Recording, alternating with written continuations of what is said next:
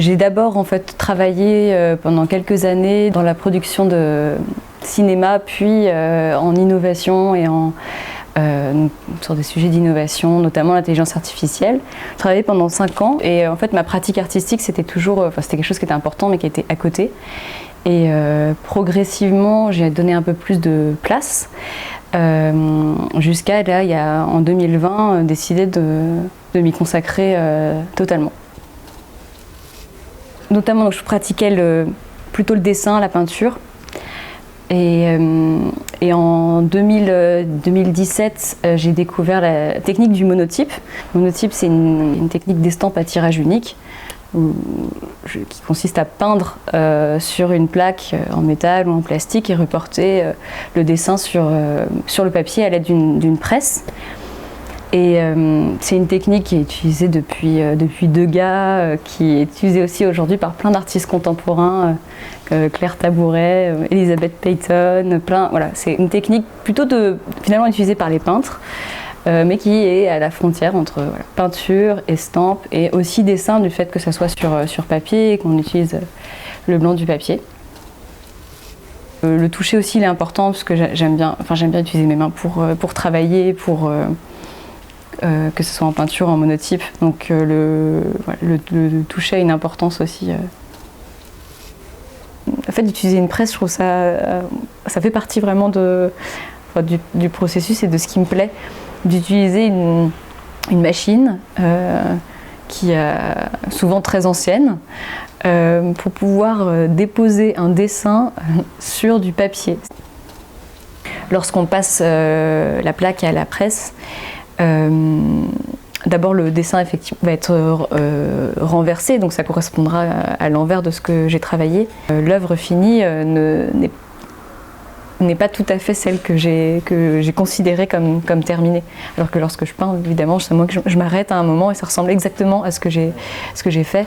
En monotype, ça sera le passage à la presse dans des conditions qui doivent être en plus évidemment bonnes. Il y a toujours une part d'aléatoire sur la pression et l'humidification du papier.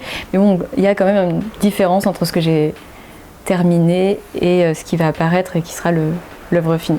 Si ça ne me convient pas, j'en refais un, je retravaille, mais je ne réinterviens pas sur mes monotypes. Au départ, justement, mes premiers monotypes, ils étaient très effacés. C'était comme un peu des fantômes qui passaient dans l'image. Et donc on a des figures un peu bizarres, un peu déformées, qui évoquent la figure humaine, mais qui tentaient de sortir en boursouflant leur enveloppe corporelle.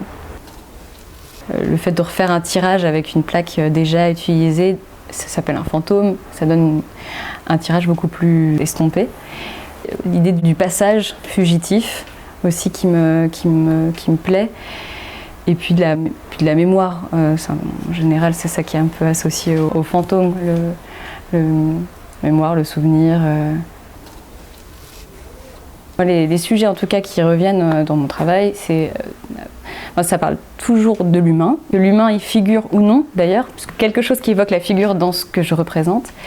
Et ensuite après aussi dans mes sujets, ça parle de l'humain, mais de plein de différents sujets. Effectivement, je parle toujours de la relation entre les êtres, les familles. C'est sûr que c'est un sujet qui revient un petit peu.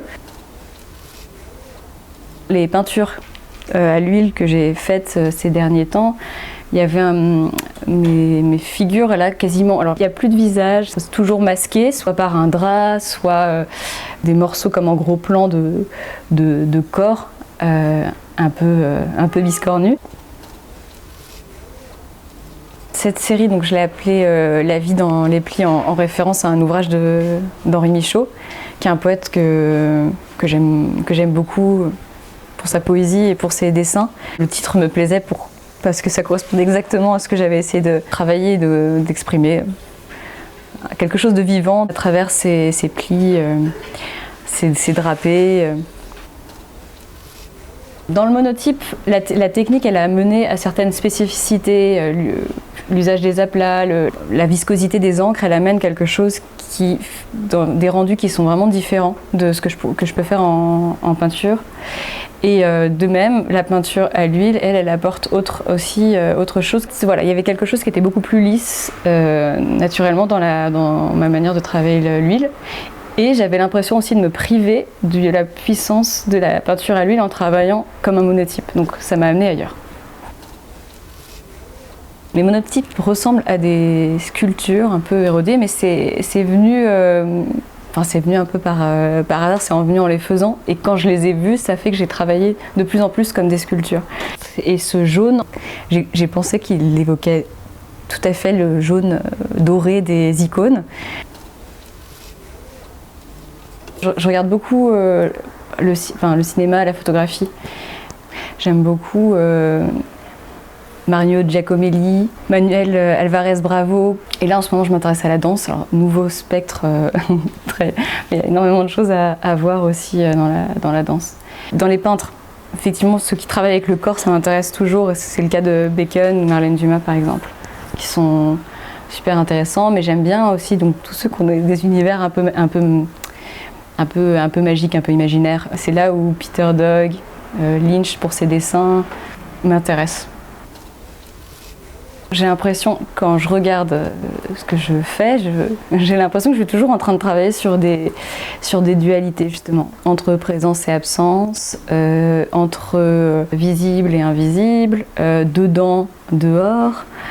Les figures, elles sont effectivement entre l'humain et le non-humain, le minéral, aussi mi-masculin, mi-féminin. Je m'étais arrêtée notamment sur le mot se frôler, puisque je trouve ça, le mot frôler, il veut dire s'effleurer, donc presque se toucher. Et donc mes formes, elles se frôlent, elles s'éloignent, elles se rapprochent.